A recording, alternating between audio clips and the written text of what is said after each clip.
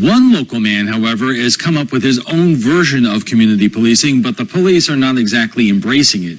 So what do police think about all of this? Law enforcement is kind of a mixed good and bad for them.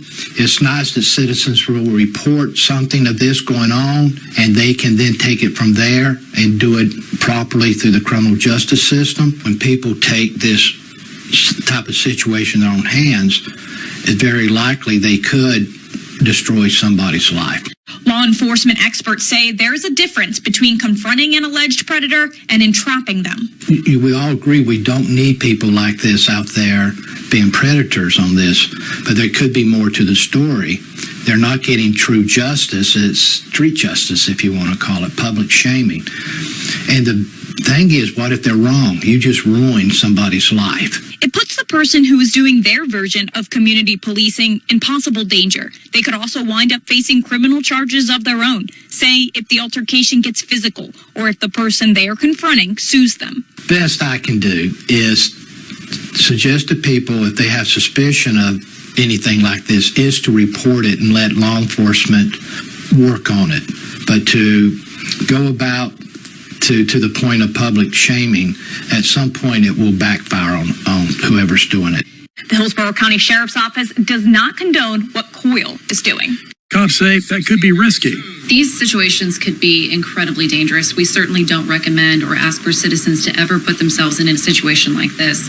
Cops say confronting possible sexual predators is dangerous and should be left to police. And in situations like this where citizens are confronting other citizens based on very, very touchy subjects, it's just something that we don't encourage. And while police say they're grateful for the citizens' help, they recommend leaving these types of stings to police. These situations could be incredibly dangerous. He's doing is dangerous. There's always the potential that the predator could have a weapon or could react in a violent way, and not having a sufficiently trained team there to deal with that situation could not only create physical violent problems for the team and or the suspect, but the community that's nearby as well. Security expert Ed Hartnett notes so far Blass's targets have frozen or fled.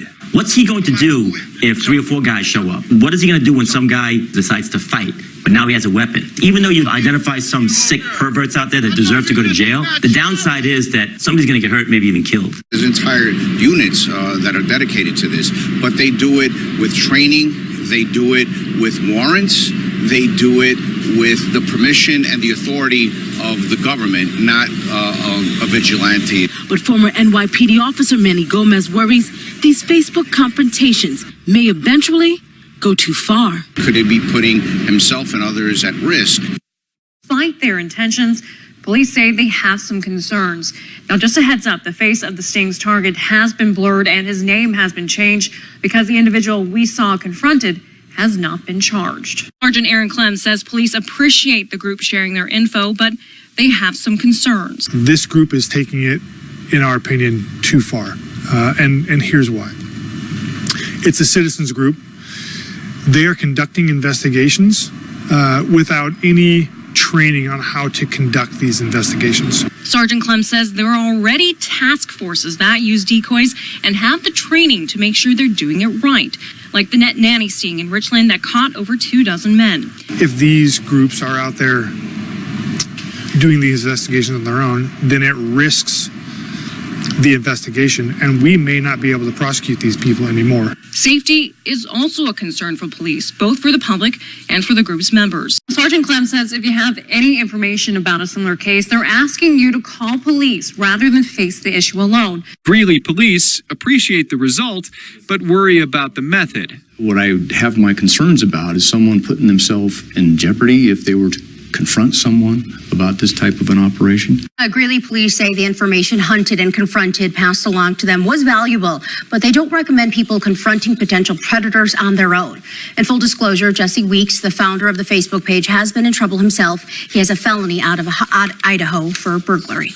Jefferson County's Child Sex Offender Internet Investigations Unit, an agency that apprehends hundreds of child sex predators, advises against doing what Hunted and Confronted does, arguing it's not only dangerous, it could put innocent citizens at risk of committing a crime. Weeks and others could be charged.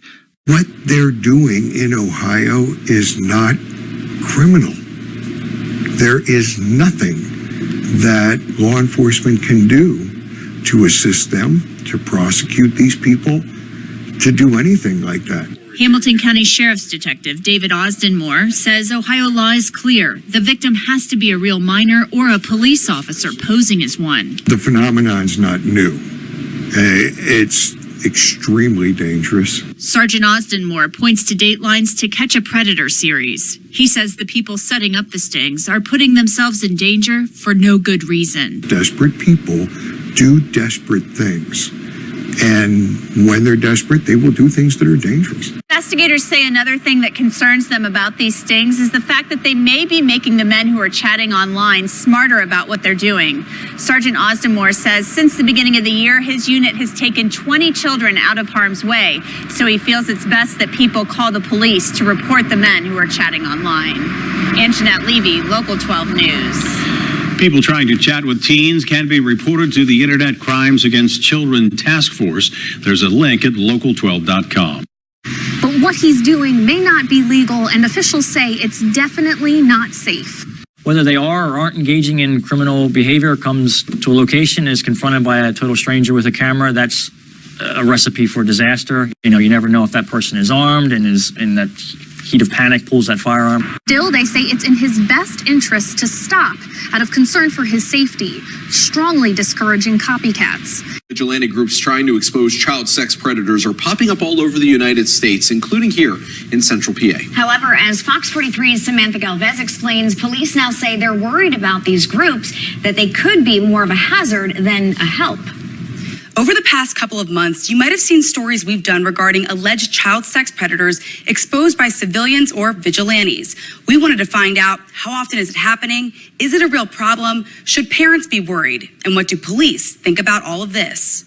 Get ready for a blast from the past, sort of. In case your memory needs a little refreshing, the series featured hidden cameras and investigators posing as underage children trying to lure child sex predators, then confront them with police. No, Chris Hansen isn't back. This group does the same thing, only a little more aggressive and blurry. No fancy cameras and no police.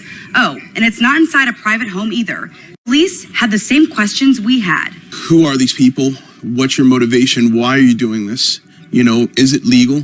It all sounds righteous, right? Let's go back to Chambersburg police, who have been called twice on one of their stings. Nothing that they've done so far that we've had contact with them is anything that is anything that we can prosecute. By the criminal statutes in Pennsylvania concerning unlawful contact with a minor, you have to be a minor or a law enforcement officer acting as a minor. Obviously, no one in this group is either of those things, but the chief says there's an even bigger problem. It's just not safe, and that's our main thing. And then you're also taking up valuable time, you know, from us, because you're trying to manufacture a crime that doesn't exist, you know, and then we have to come up and kind of, you know, take our time to investigate this and see if this really occurred. And it's just not efficient way of doing business. So we asked state police about it. They sent us the following statement. The state police does not support this vigilante group, and they have been told to cease what they are doing. The state police wants to remind vigilante groups like this one to not get involved and leave police work to the trained professionals. The state police has special task forces designated to investigate all types of crimes, including sex crimes involving minors. The troopers assigned to those task forces have received extensive training and conduct their investigations in a controlled environment. We checked in with several law enforcement agencies, including the Attorney General's office, the Cumberland County District Attorney's office, even talked to the DA himself. None of them would tell us they support this type of operation. And of course, Chambersburg police are out for the count. Oftentimes, in these child predator investigations, they're armed. Guns could be involved, weapons could be involved. You never know what the specific intent is for somebody that would meet a 15-year-old online and lure them to a location. Police have asked both groups to stop more than once, but they can't force them since they're not doing anything illegal yet. And at some point, these individuals could push a confrontation to a point where they become criminally culpable for something that they've done, or, you know, some aggressive act that they've taken against the guy that shows up with them. You want to help the police, you know, call with information, you know, see something, say something. You want to help, please. We need that. But what they're doing is manufacturing or trying to manufacture a crime. It's just not smart. They're not trained. Leave that to us. We're the professionals. This is what we do. Chambersburg police have also made it clear they appreciate their desire to want to stop child predators. They just wish groups like these would go about it in a different way. Police suggest anyone worried about child predators online support organizations that bring awareness to child exploitation issues, and as always, report any suspicious activity.